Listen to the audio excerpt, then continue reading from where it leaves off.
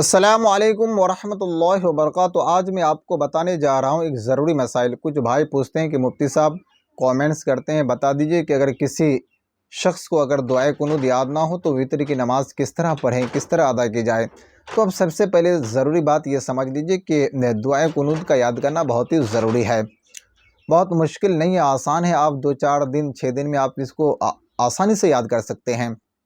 بس آپ صرف انشاءاللہ محنت کیجئے، کوشش کرتے رہیے، اس کو یاد کرنے کی کوشش کرتے رہیے۔ اور جب تک اگر آپ کو یاد نہیں ہو پا رہی ہے، 2-4 دن ٹائم لگ رہا ہے، اور ویسے ہی وتر کی نماز چھوڑنا بھی نہیں ہے اور وتر کی نماز پڑھنا واجب ہے، تو آپ وتر کی نماز کو پڑھنے کے وقت آپ دعائے قنوت کی جگہ آپ اس دعا کو پڑھ کر وتر کی نماز کو پڑھ سکتے ہیں۔ جیسے ربنا آتنا فی الدنیا، اس کو پڑھ کر آپ وتر کی نماز پڑھ سکتے ہیں۔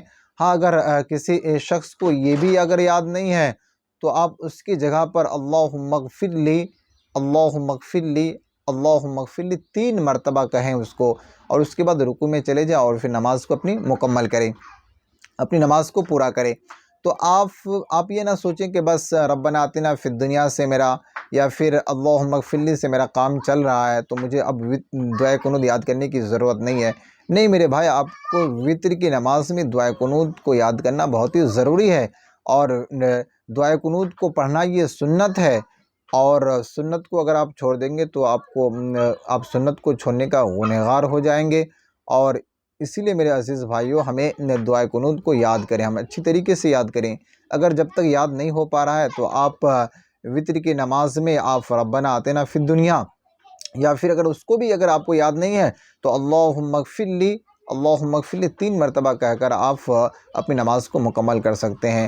تو میرے عزیز بھائیوں، آپ یہ نہ سوچیں کہ ہمیں ایک مسئلہ مل گیا کہ اگر ہمیں دعائے قنوت یاد نہیں ہے تو ہم پھر ربنا آتنا فی الدنیا سے یا پھر اللہم اغفر لی سے ہماری نماز تو ہو ہی جائے گی، اب یاد کرنے کی ضرورت نہیں ہے۔ نہیں میرے بھائیوں، اگر آپ اسی طرح اگر آپ سمجھیں گے کہ ہمارے اس سے کام چل جا رہا ہے تو آپ گنہگار ہو جائیں گے۔ آپ کو دعائے قنوت کا جو الفاظ ہے نا، وہ اللہم انا نستعینک ونستغفرک، تو ان الفاظ میں جو ہے نا وہ سنت ہے، اور اس کو یاد کرنا بہت ہی ضروری ہے۔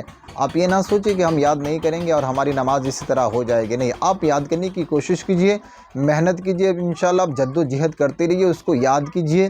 پھر اب جب تک یاد نہیں ہو پا رہا ہے تو آپ ان دعاؤں کو پڑھ کر آپ وتر کی نماز پڑھ سکتے ہیں، اور ویسے ہی آپ وتر کی نماز چھوڑ نہیں سکتے ہیں کیونکہ وتر کی نماز پڑھنا واجب ہے۔